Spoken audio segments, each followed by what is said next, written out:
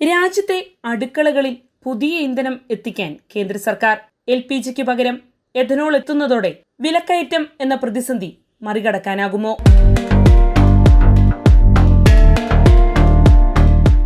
നമസ്കാരം, ഞാൻ Jasmine. പെട്രോളിൽ ethanol കലർത്തുന്ന പദ്ധതി വിജയകരമായി നടപ്പാക്കിയതിനു പിന്നാലെ അടുക്കളകളിലും എഥനോൾ അധിഷ്ഠിത ഇന്ധനം എത്തിക്കാനുള്ള നീക്കവുമായി കേന്ദ്ര സർക്കാർ.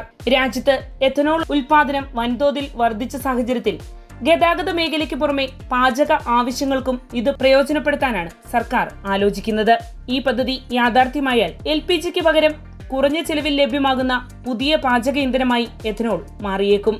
പെട്രോളിൽ 20% എഥനോൾ കലർത്തുക എന്ന E20 ലക്ഷ്യം ഇന്ത്യ കൈവരിച്ചതോടെയാണ് രാജ്യത്ത് എഥനോൾ ഉൽപാദനം വൻതോതിൽ വർദ്ധിച്ചത്.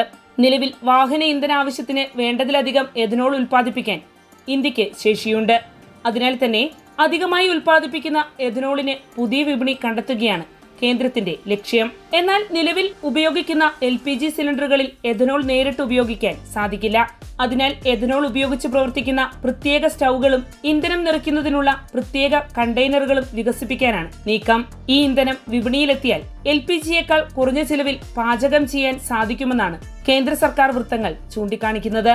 പദ്ധതിക്ക് പിന്നിൽ നിരവധി ലക്ഷ്യങ്ങളുണ്ട്. LPGയുടെ ഇറക്കുമതിയെ ആശ്രയിക്കുന്നത് കുറയ്ക്കുക, കരിമ്പ്, ചോളം തുടങ്ങിയ വിളകൾ കൃഷി ചെയ്യുന്ന കർഷകർക്ക് കൂടുതൽ വരുമാനം ഉറപ്പാക്കുക, രാജ്യത്ത് അധികമായി ഉൽപ്പാദിപ്പിക്കുന്ന എഥനോൾ ഫലപ്രദമായി ഉപയോഗിക്കുക എന്നിവയാണ് പ്രധാന ലക്ഷ്യങ്ങൾ. ആദ്യഘട്ടത്തിൽ ഹോട്ടലുകൾ, റെസ്റ്റോറന്റുകൾ, തട്ടുകടകൾ, കാറ്ററിംഗ് യൂണിറ്റുകൾ, മറ്റ് വാണിജ്യ അടുക്കളകൾ എന്നിവിടങ്ങളിലാകും എഥനോൾ സ്റ്റൗകൾ അവതരിപ്പിക്കുക. ഈ ഘട്ടം വിജയകരമായാൽ പിന്നീട് വീടുകളിലേക്കും പദ്ധതി വ്യാപിപ്പിക്കാനാണ് സർക്കാർ ആലോചിക്കുന്നത്.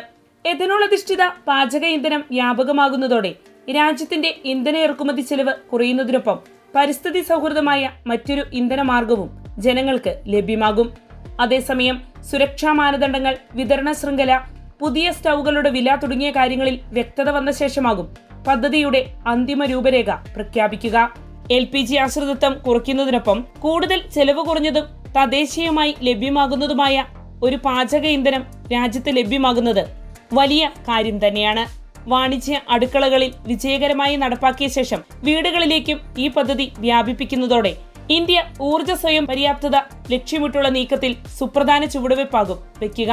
എഥനോൾ അധിഷ്ഠിത പാചക ഇന്ധനം വ്യാപകമാകുന്നതോടെ ഇന്ത്യയുടെ ഊർജ്ജ നയത്തിൽ മറ്റൊരു നിർണായക മാറ്റത്തിന് വഴിയൊരുങ്ങും.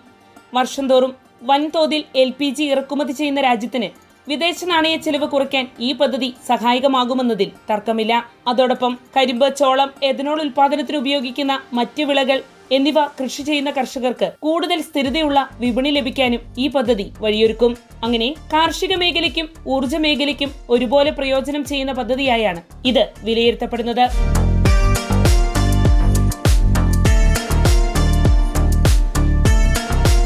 വാർത്തയുടെ നിറം തേടി തനിനിറം.